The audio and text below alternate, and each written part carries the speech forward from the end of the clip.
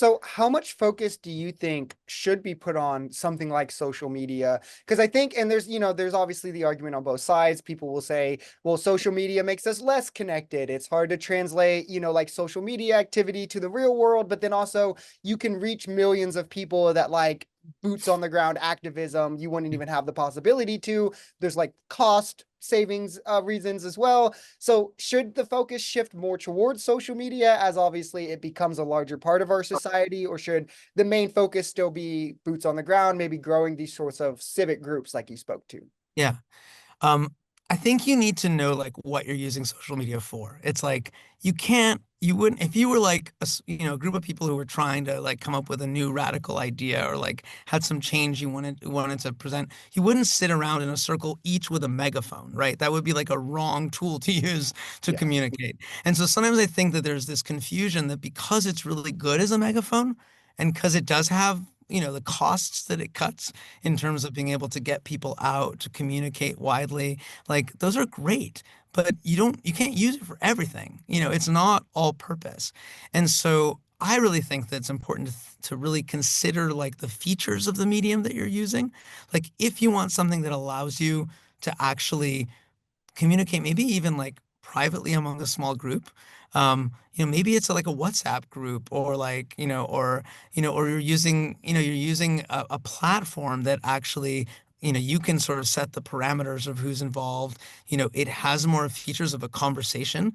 I mean, a lot of social media, if we're talking about like X, for example, like, it's about getting other people's eyeballs on you. So you're inclined to say, and we all know this sort of instinctually, like you're inclined to say the thing that will be the most attention grabbing. But like that's not really so productive if you're like, here's this problem in our world. Let's say it's even a small problem. I mean, not a small, but local problem, let's Mhm. say, like, and how do we solve this? Like you immediately can descend into just like screaming if it's about like trying to get, but we all know this.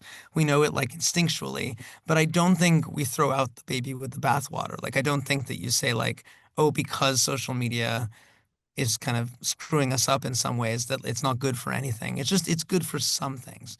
Um, but it is sort of overtaken, in many respects. And actually, I think we've sort of are learning this. Like, and one thing that makes me feel hopeful again, I want to bring some hopefulness, Right, got you. um, is like the No King's Day rallies. I actually think are really, to me, represent a kind of maturity, right? Because like think about protests like 5 or 6 years ago.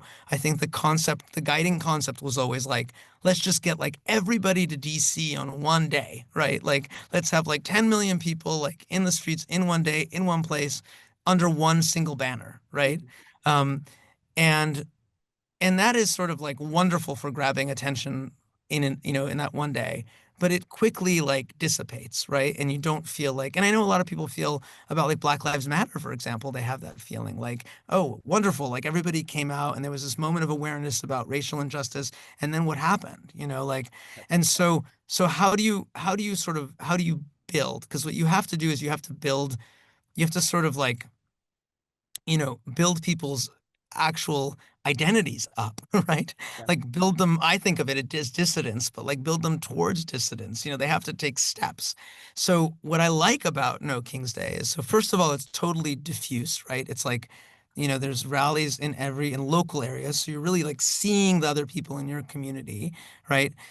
Second of all, it allows people entry from many different directions, right? So like you have to kind of like generally be against authoritarianism, right? But that can mean like you don't like the immigration policies, or it could mean you're upset about the LGBTQ stuff.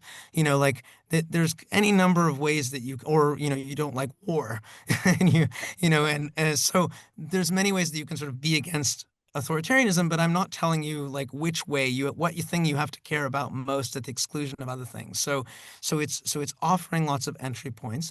And then the thing I think that's really great about it, and this goes to my like pessimism idea, is like nobody goes to these and says like, okay, one and done, like this is the protest, and then I'm going home. No, it's like I'm going to this one, then I'm going to go to the next one, and when they call me again, I'm going to go to that, and it builds a kind of muscle.